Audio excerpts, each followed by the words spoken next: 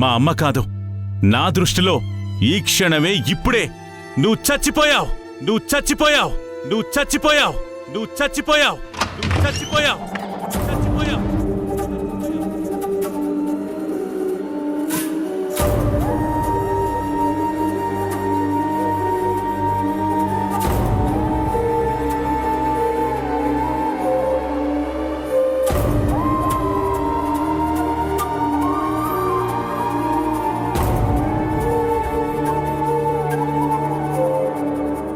Sorry అమ్మా,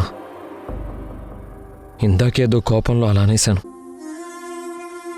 నాన్న, రిషి, శశి నా కళ్ళ ముందే మనల్ని వదిలేసి వెళ్ళిపోతుంటే చూస్తూ కూడా ఏమీ చేయలేకపోయాను, వాళ్ళని ఆపలేకపోయాను అన్న బాధలో నీ మీద అరిచేశాను. గాని నువ్వేదో తప్పు చేశావని, నిన్నేదో తిట్టాలనే ఉద్దేశంతో అలా అనలేదమ్మా. సారీ అమ్మా. రామ్మా, భోంచేద్దాం.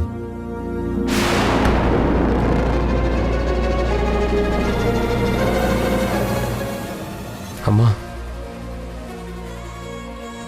నీకు నేనన్న మాటలే వినపడ్డాయి తప్ప మీ బామ్మ, మీ నాన్న, సింధు వాళ్ళు నన్ను అన్నన్ని మాటలన్నా నీకేం వినపడలేదా యష్? లేక ఈ అమ్మనే కదా అంటే అననీలే అని విని కూడా విననట్టుండి నీ భార్య అదే ఆ సింధుని బాగానే సమర్థించావు కదా. అది కాదమ్మా. నన్ను మాట్లాడిని యష్. ఇప్పటిదాకా నువ్వు చాలా మాట్లాడావు కదా, నేను కూడా మాట్లాడతాను. మీ నాన్న నా మీద చేయి చేసుకున్నారు, అది నీకు కనిపించలేదా? నన్ను నిన్ను మోసం చేసిన ఆ సింధుని ఇంట్లో నుంచి బయటికి వెళ్ళమనటం నీ దృష్టిలో నేను చేసిన పెద్ద నేరంలాగా కనపడింది కదా. నీ జీవితం బాగుండాలని, సింధు వల్ల నాశనం కాకూడదని నీ గురించి ఎన్నెన్ని చేశాన్రా.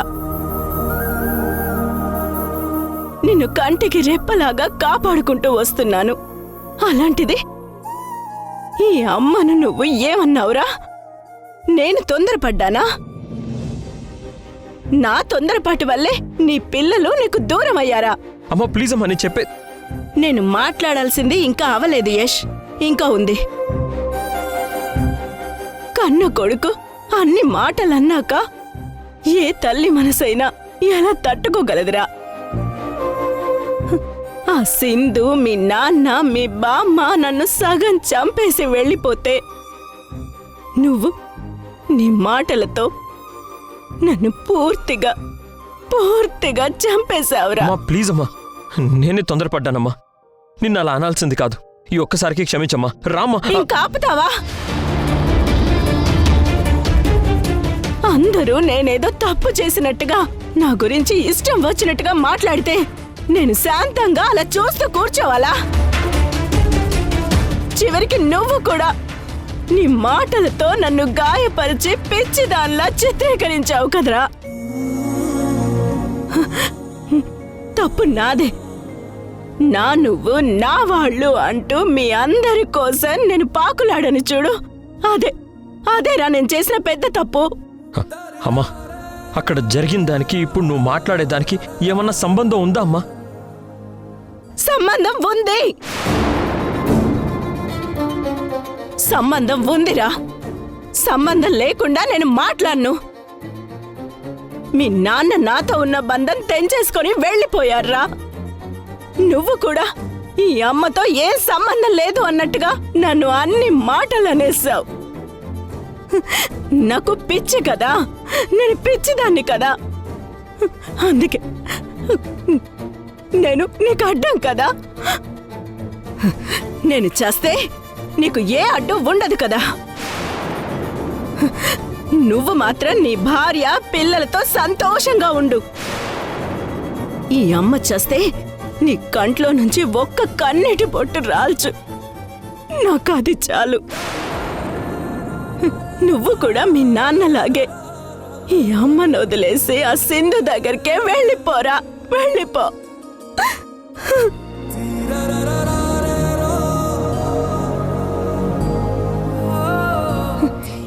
ఇక్కడ నిలబడ్డావేంట్రా? పో, నీ భార్య సింధు దగ్గరికే పోరా. ఏంటమ్మా ఇది? ఆగమ్మా నువ్వు. ఇప్పుడు నిజంగానే పిచ్చిదానిలా మాట్లాడుతున్నావు. నువ్వే అంటున్నావు కదరా నేను పిచ్చిదాన్నని. అవునరా, నేను పిచ్చిదాన్నే కదరా. నేను పిచ్చిదానిలాగే మాట్లాడతాను, పిచ్చిదానిలాగే ప్రవర్తిస్తాను. నాకు పిచ్చిరా, పిచ్చి. ఈ పిచ్చి అమ్మ దగ్గర నువ్వు ఉండకూడదురా. నువ్వు మంచోడివి కదా. పోరా, పో, బయటకు పో. పోరా, పోరా, నీ భార్య దగ్గరికే పో. పో.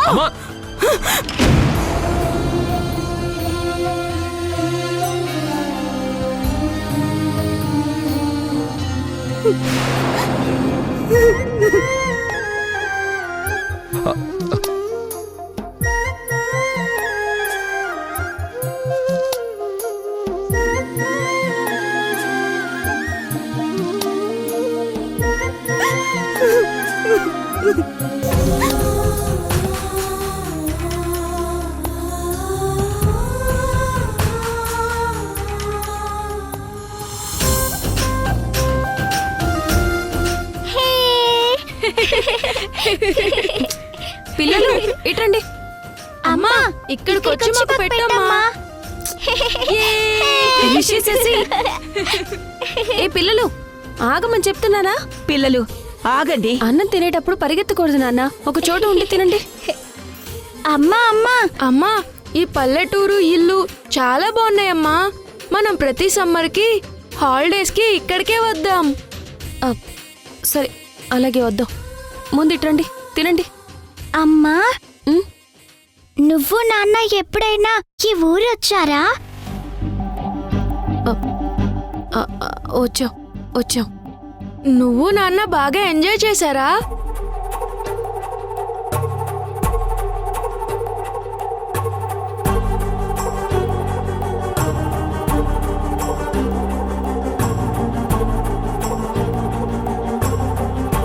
చెప్పమ్మా.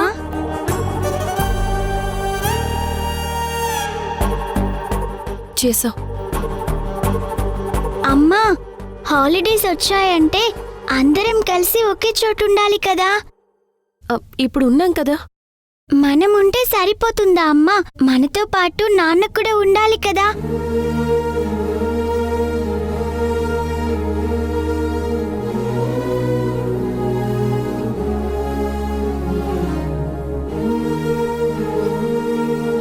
నాన్న ఎందుకు రాలేదమ్మా? నిన్న చెప్పాను కదా రిషి, మీ నాన్న బిజినెస్ ట్రిప్ మీద వెళ్ళారని. వచ్చేస్తారులే. అమ్మా మనం ఇక్కడ ఉన్నామని చెప్తే నాన్న వెంటనే వచ్చేస్తారు. అందరం కలిసి కొన్నాళ్ళు ఇక్కడే సరదాగా ఉండొచ్చమ్మా. ఫోన్ చేసి రమ్మని చెప్పమ్మా. ప్లీజ్ అమ్మా. ప్లీజ్ అమ్మా, ప్లీజ్ అమ్మా, రమ్మని చెప్పమ్మా నాన్నని.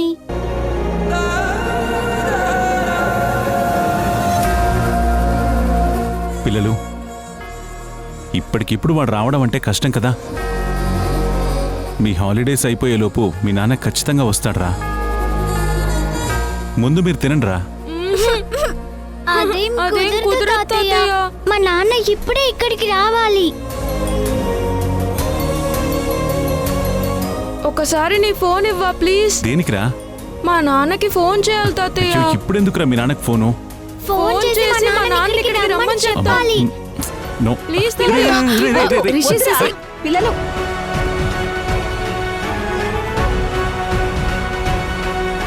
రేయ్ హే ఇటువంటి మిమ్మల్ని సింధు,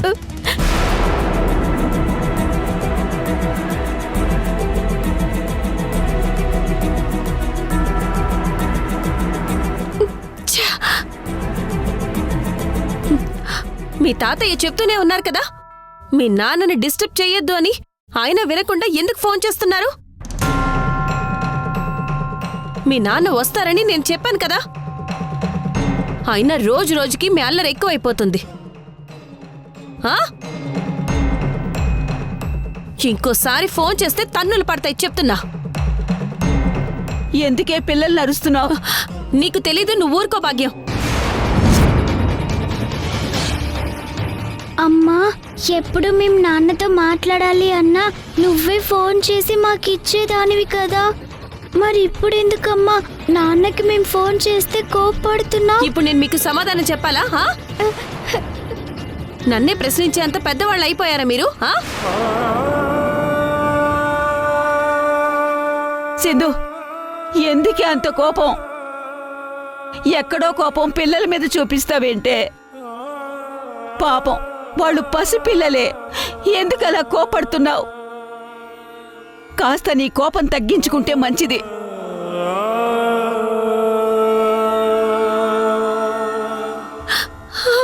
అందరూ నన్ను అనేవాళ్లే, నన్ను అర్థం చేసుకునే వాళ్ళు ఎవ్వరూ లేరు.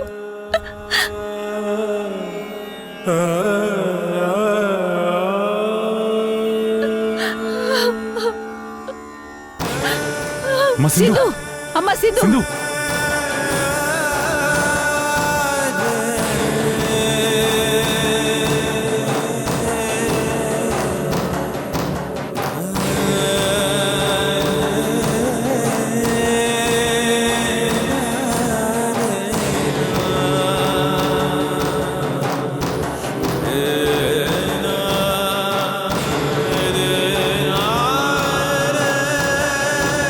మా బామ్మను అడ్డం పెట్టుకొని మా నమ్మకాలతో ఆడుకోవడం అది ఇంకో తప్పు.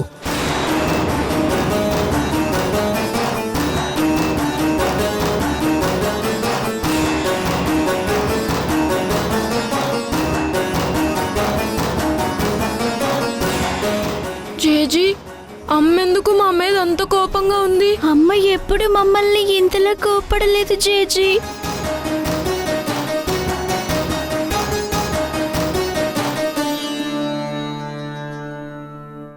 మీ అమ్మకి మీ మీద కోపం ఎందుకుంటుంది నాన్న? మీ నాన్న రాలేదు కదా. మీ అమ్మ కూడా మీలాగే బాధపడుతుంది, అంతేనమ్మా. చిలకమ్మా, పిల్లలకి అన్నం పెట్టు. అట్టాగే అమ్మా.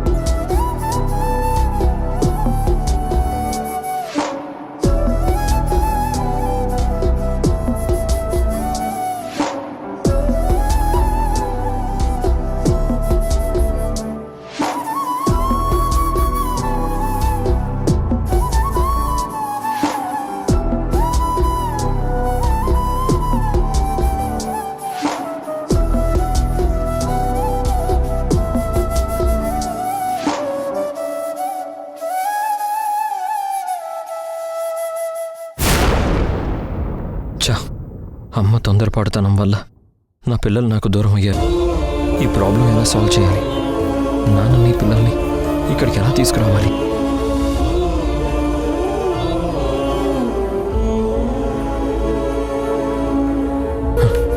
నాన్న ఫోన్ చేశారేంటి?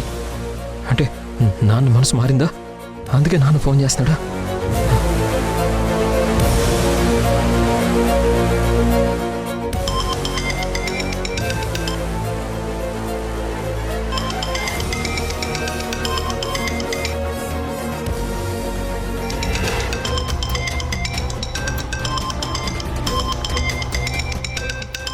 మావయ్య ఫోన్ రింగ్ అవుతుంది. యష్ ఫోన్ చేస్తున్నాడేంటి? ఫోన్ లిఫ్ట్ చేయాలా వద్దా?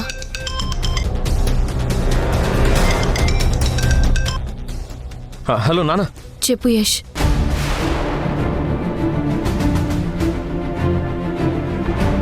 నేను మా నాన్నకి ఫోన్ చేస్తే నువ్వెందుకు లిఫ్ట్ చేసావు?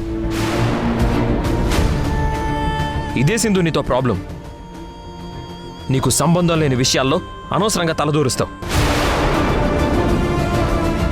నా పిల్లల్ని నాకు దూరం చేయడమే కాకుండా మా నాన్నని కూడా మా నుంచి వేరు చేసావు.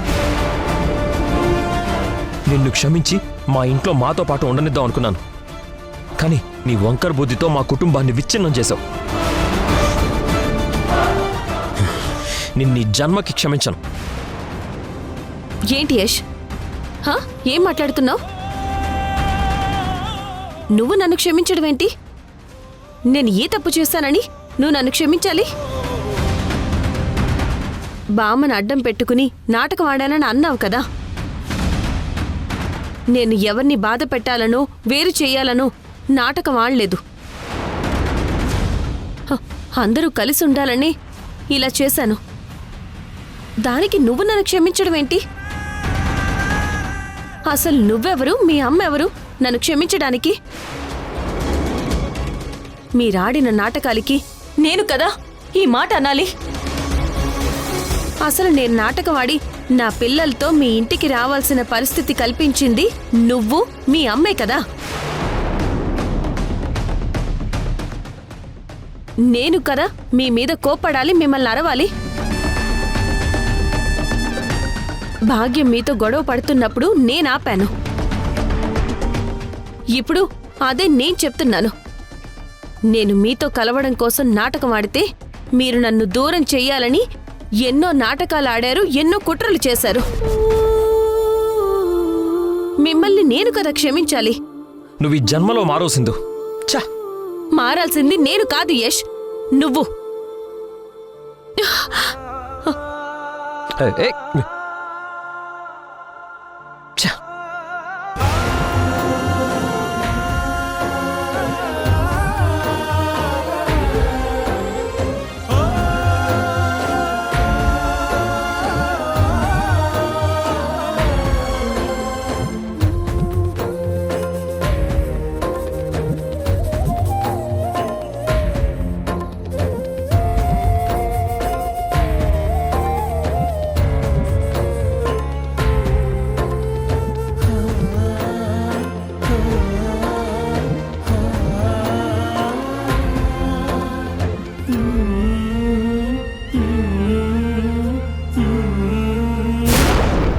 బాధపడకమ్మా.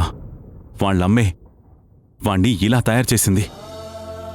పూర్తిగా వాడి బ్రెయిన్ని వాష్ చేసేసింది.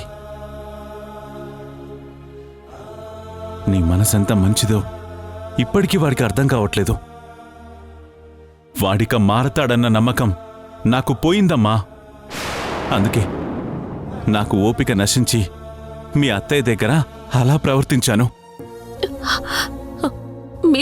మీరు తప్పు చేశారు మావయ్య. అత్తయ్యని వదిలి మీరొచ్చి తప్పు చేశారు.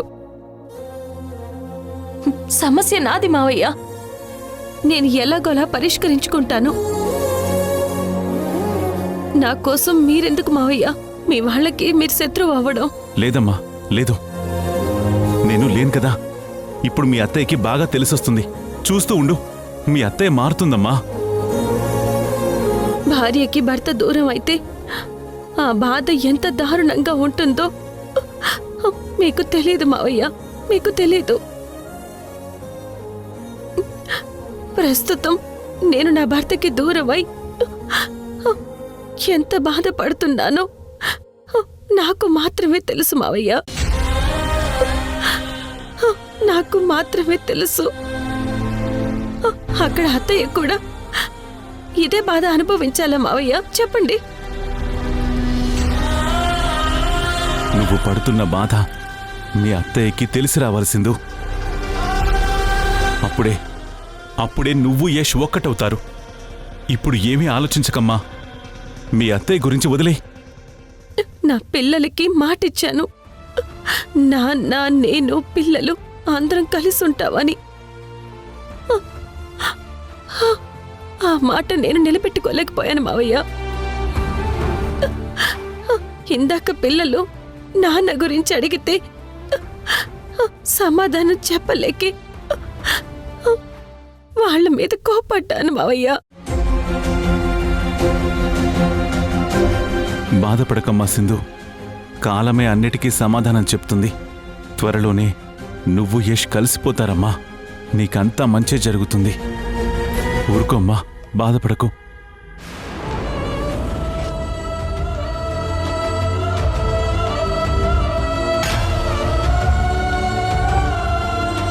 ఊరుకోమ్మా, బాధపడకు.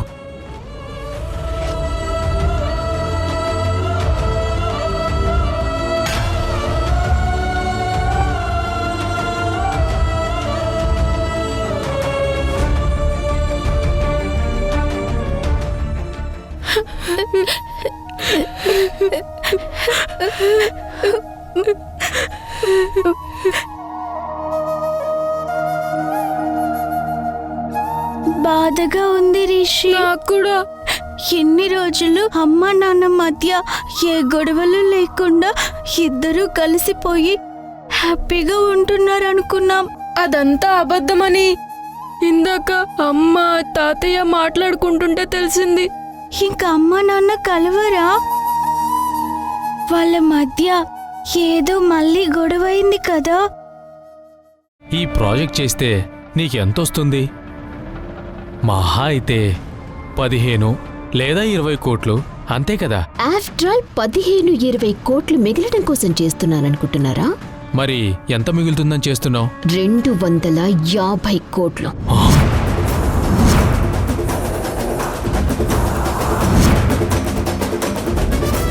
ఈ ప్రాజెక్ట్ జరుగుతుంది అని నమ్మించి 250 కోట్లు వచ్చేలా నేను ఒక ప్లాన్ చేశాను.